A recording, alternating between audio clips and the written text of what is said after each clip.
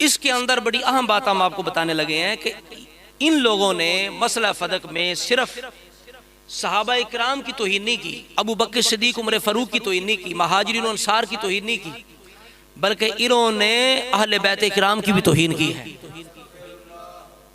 इन्होंने अहले बैत की भी तौहीन की है, सैयदा ज़हरा पाक की भी तौहीन की है, मौला मुर्तज़ा शेर खुदा की भी तौहीन की है।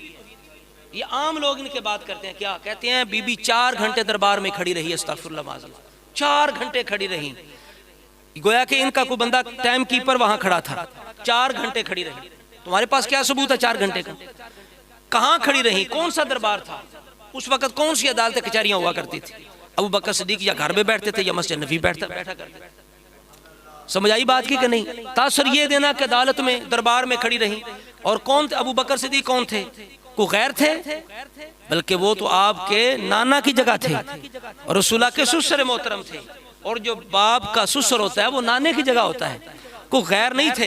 लेकिन तासर इस तरह देना कि 4 घंटे दरबार में खड़ा रखा कि लोगों के ज़हन के अंदर मजीद जो है वो नफरत पैदा हो कि आजकल जिस तरह अदालतें कचहरियाँ होती हैं, कोई औरत आके खड़ी हो जाए और तो उसके साथ इस तरह का रवैया किया जाए तो लोग समझते हैं। तो इस तरह बना के सैयदा ज़हरा पाक को ये पेश करते हैं, जिसका आंचल न देखा माहो मेहर ने, उस रिदाए नजाहत पे लाखों सलाम। समझा रही बात की? तो हम कहते हैं ये किस तरह हो सकता है 4 घंटे खड़ी रही? हम तो कहते हैं अरसलत के लफ्ज़ है कि सैयदा ज़हरा पाक ने आदमी भेजा। पहली बात तो ये है, हम ये मानते नहीं है। जहाँ ये कि गई वहाँ मजाज मानते हैं। अगर हम थोड़ी देर के लिए मान भी लें, फिर ऐसी बात नहीं है कि आज की तरह की कोई अदालतें या कचहरियाँ थी कि या कोई अबू बकर सिद्दीक को इस तरह के कोई अल्लाह ताला माफ़ करे को गैर थे। और फिर आगे ये भी बात है, अबू बकर सिद्दीक ने बड़े अच्छे अल्फाज से मुखातब किया, ए औरतों की सरदार, ए बेहतरीन बाप की शहजादी, ठीक है मेरा घर आपके लिए हाजिर है, लेकिन बाग फदक के मसले में मैं वही तरीका इख्तियार करूंगा जो आपके वालिद मोहतरम का तरीका है, जो आपको मिलता था अब भी मिला करेगा। ये हमारी किताबों के अंदर, उनकी किताबों के अंदर मौजूद है, ऐसी बात तो कोई नहीं है। तो इस वजह से ये सबसे पहली तौहीन ये है सैयदा ज़हरा पाक की, वो दरबार में खड़ी रही। फिर उसके बाद क्या है, जब वापस आई तो इंतहाई गुस्से की हालत में थी। हमारी किताबों में तो ज्यादा ये है ना, वो रावी का इदराज है, वो कहता है कि सैयदा ज़हरा पाक नाराज हो गई। वो तो रावी के अल्फाज हैं, सैयदा ज़हरा के अपने अल्फाज तो है नहीं।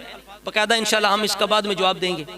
इनकी किताबों में सैयदा ज़हरा की जुबान से अली मुर्तज़ा शेर खुदा के साथ लड़ाई और झगड़ा और बड़े शदीद किस्म के अल्फाज इन्होंने नकल किए।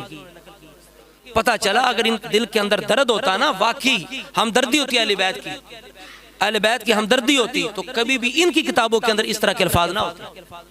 वो भी सैयदा ज़हरा पाक की जुबान से अली मुर्तज़ा शेर खुदा के लिए। जब वापस आई तो क्या हुआ, वापस आके कहा कि ए अबू तालिब के बेटे, आप चादर में छुप गए, गोया के रहम के अंदर बच्चा छुपा होता है। अस्तगफिरुल्लाह। आप अंदाजा लगाएं, आप लोगों से पुशीदा होकर बैठ गए जैसे तोहमतनाक आदमी पुशीदा होकर बैठ जाता है। ये जो चीज़ है ये इनकी 5 किताबों के अंदर ये बात मौजूद है। इमाली तूसी के अंदर, एहतजाज तबरसी के अंदर, नासिख तवारीख के अंदर, बहारुल अनवार मजलसी के अंदर और हक़ुल यकीन के अंदर आगे मजीद जो है अल्फाज हैं कि खैब खासर लोगों की तरह भाग कर आ गए हैं। माज़अल्लाह अस्तगफिरुल्लाह। ज़माने के बहादुरों को आपने बिछाड़ दिया लेकिन नामुरादों से मगलूब हो गए। मेरे बाप की जो बख्शी हुई चीज़ थी, मेरे बच्चों की जो गुज़र-औक़ात थी, वो अबू कहाफ़ा के बेटे ने छीन ली। अस्तग़फ़िरुल्लाह माज़अल्लाह। बुलंद आवाज़ से मेरे साथ झगड़ रहा है। अंसार मेरी मदद नहीं करते, महाजरीन लोग किनारा कशी कर चुके हैं, तमाम आदमियों ने चश्मपोशी इख्तियार कर ली है, ना हमारा कोई जंग करने वाला है, ना हमारा कोई मददगार है। गुस्सा की हालत में मैं गई थी, गुस्सा की हालत में वापस आई हूँ। जिस रोज़ से आपने सतवत व दबदबा से हाथ खींच लिया है, उस रोज़ से आपने आपको जलील कर दिया है। अस्तग़फ़िरुल्लाह माज़अल्लाह। ये अल्फाज मौला अली शेर खुदा के लिए कलवाए हैं। फदक के मसले में सिर्फ साहबा की तौहीन नहीं की गई, अहले बैत की कितनी तौहीन है। अच्छा आगे क्या है कि भेड़िए फाड़ रहे हैं। अस्तग़फिरुल्लाह माज़अल्लाह। आप अपनी जगह से हरकत नहीं करते, काश ये जिल्लत खारिश में पहले मर चुकी होती है। अस्तग़फिरुल्लाह। देखें जिल्लत के अल्फाज, खारी के अल्फाज जो है वो सैयदा पाक के लिए लिखे गए हैं। अफसोस हर सुबह शाम मेरे एतमाद का मकाम ख़त्म हो गया, मेरा मुआवन सुस्त हो गया। अस्तग़फिरुल्लाह।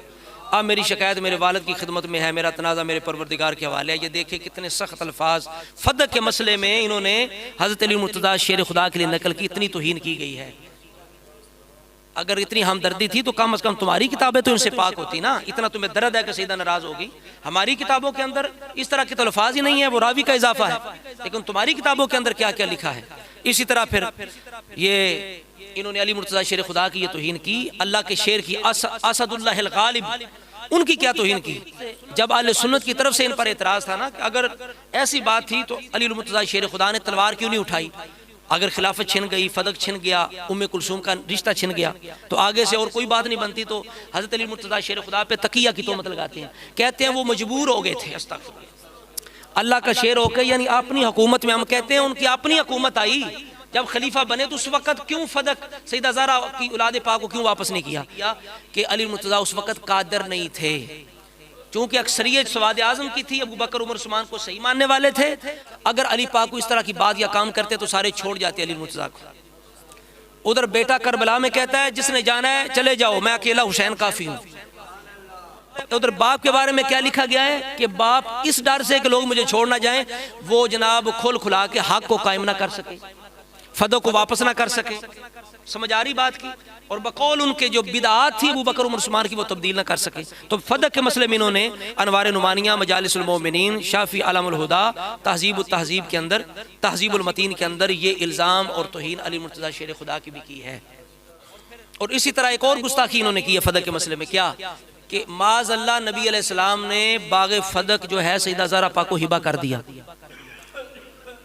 यानी उनके नाम लगा दिया, उन्हें दे दिया। हिबा होता है यानी कब्जा दे दिया। उस दौर के अंदर, जिस दौर के अंदर महाजरीन गरीब असहाबे सुफ़ा मौजूद थे, उस दौर के अंदर जब जहाद फी सबीलिल्लाह के लिए सामान और राशन की जरूरत थी, उस दौर के अंदर ये कहते हैं कि नबी अलैहिस्सलाम ने पूरा बाग हिबा कर दिया। समझ आ रही बात की। उस दौर के अंदर ये बात करना और हिबा साबित करना, ये ना इस्लाम की खैर खाई है, ना नबी अलैहिस्सलाम अहले बैत की खैर खाई है। इस्लाम पर भी इल्ज़ाम है, नबी अलैहिस्सलाम पर भी इल्ज़ाम है, अहले बैत की भी गुस्ताखी भी। देखिए दूसरी तरफ हुजूर के ज़वाज ने सिर्फ फराखी का मुतालबा किया कि हमारा खर्चा बढ़ाया जाए, तो अल्लाह तबारक व तआला ने आयत सूरह अहज़ाब में नाज़िल फरमा दी, तुम्हें दुनिया चाहिए या अल्लाह रसूल की रज़ा चाहिए। नबी अलैहिस्सलाम ने तर्क कलाम कर दिया, आपने कलाम छोड़ दिया।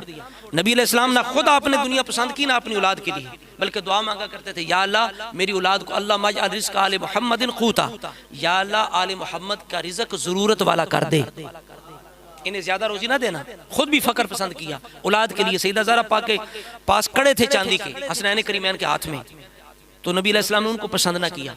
आपने खादम मांगा, नबी अलैहिस्सलाम ने देना पसंद ना फरमाया। तो ये हो सकता है कि इतना बाग जो है वो हिबा कर दें? झूठ है बिल्कुल, ये बिल्कुल इस तरह। और नबी अलैहिस्सलाम पे इल्ज़ाम है और ये तौहीन है अहले बैत की।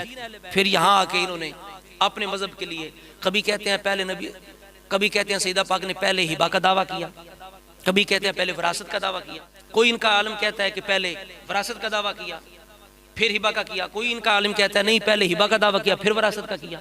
तो इस तरह करके मसला फदक में इन लोगों ने अहले बैत की भी तौहीन की, माज़अल्लाह अस्तग़फिरुल्लाह। तो हम यही कहते हैं कि अगर तुम्हारे अंदर वाकई दर्द होता तो तुम कभी भी मसला फदक में अहले बैत की तौहीन ना करते। इन बातों का भी जवाब हमें चाहिए कि तुम अहले बैत के सगे हो, तो तुम्हारी किताबों में इतनी तौहीन अहले बैत इकराम की क्यों है? इसलिए हसन रज़ा खान साहब ने लिखा।